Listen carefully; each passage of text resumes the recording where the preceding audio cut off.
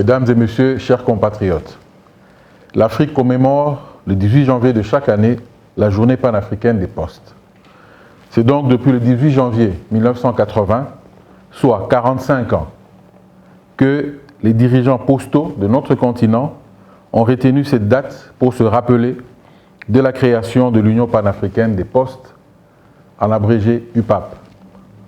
En cette année 2025, la commémoration de cette journée s'est faite autour du thème intitulé « Un secteur socialement responsable au service d'un développement inclusif ».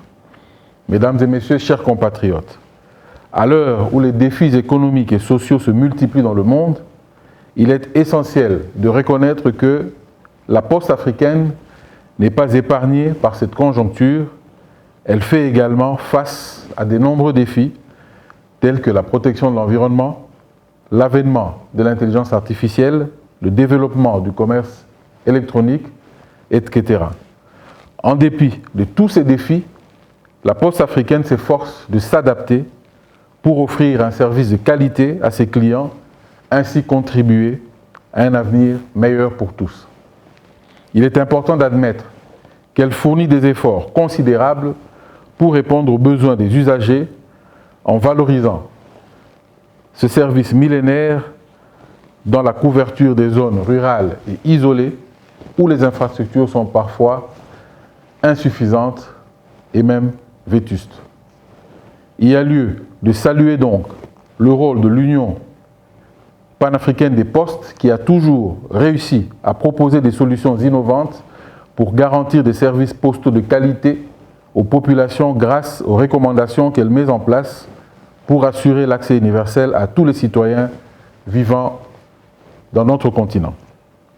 La poste est devenue un véritable vecteur pour l'accès aux soins de santé, de l'éducation, à l'inclusion sociale, numérique et au développement communautaire. Aussi, il convient de rappeler que la poste africaine joue également un rôle clé dans l'inclusion financière, car elle permet aux populations d'envoyer et de recevoir des fonds, de payer des factures, de faire de l'épargne, etc. À l'heure de la révolution numérique et de l'intelligence artificielle, la Poste n'est pas en reste parce qu'elle propose aux usagers des services financiers numériques, des services, des cartes de crédit, débit et des services bancaires qui assurent la promotion de l'éducation financière de peuple. Par ce fait, la Poste a brisé les barrières qui causaient des inégalités et qui marginalisaient certains peuples des milieux isolés à accéder aux ressources financières indispensables pour les besoins socio-économiques. Grâce à la Poste, l'inclusion financière a favorisé l'automatisation économique des individus. Mesdames et messieurs, chers compatriotes, la République démocratique du Congo s'est engagée dans la lutte sur la biodiversité. C'est l'occasion ici de soutenir et de saluer les efforts de l'opérateur désigné.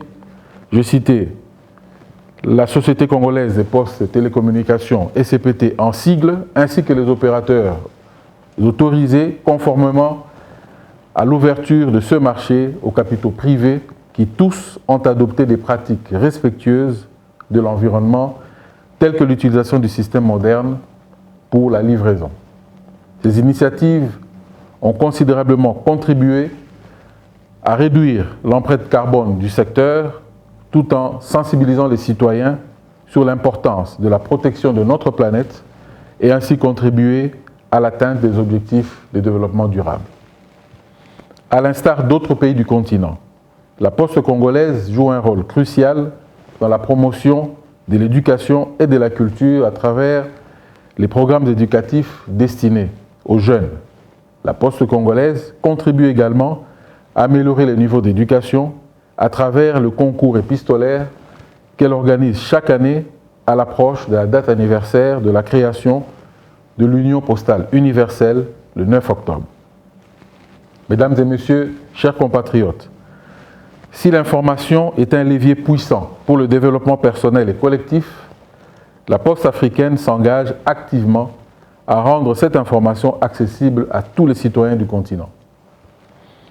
Pour maximiser son impact social, la Poste de la République démocratique du Congo, par son entreprise historique, s'affirme de plus en plus par l'établissement des partenariats stratégiques avec d'autres acteurs du développement, tels que les organisations non gouvernementales ainsi que certaines entreprises privées. Toutes ces actions de collaboration permettent le partage de ressources et expertises nécessaires pour répondre efficacement aux besoins de notre communauté. Ensemble, nous pouvons créer un écosystème qui favorise le développement inclusif. Mesdames et messieurs, chers compatriotes, pour terminer mon propos, je réaffirme qu'il est indéniable que la Poste africaine joue un rôle crucial en tant qu'entité socialement responsable au service du développement inclusif. La Poste africaine améliore l'accès aux services essentiels par la promotion du développement durable et l'investissement apporté dans le secteur de la culture. Enfin, la Poste africaine transforme notre continent pour le mieux. Le gouvernement de la République, qui met en place la vision de son Excellence, Monsieur le Président de la République, Félix Antoine Tshisekedi Tshilombo, sous le leadership de son Excellence, Madame la Première ministre Judith Suminwa, est plus que déterminé à encourager les initiatives innovantes, à engager des réformes nécessaires et à soutenir la Poste congolaise dans les prestations de services à toutes les couches de notre société, suivant les directives et l'encadrement technique de l'Union panafricaine des postes. Que vive l'Union panafricaine des postes, que vive la communauté postale africaine, que vive l'Afrique unie et solidaire. Je vous remercie.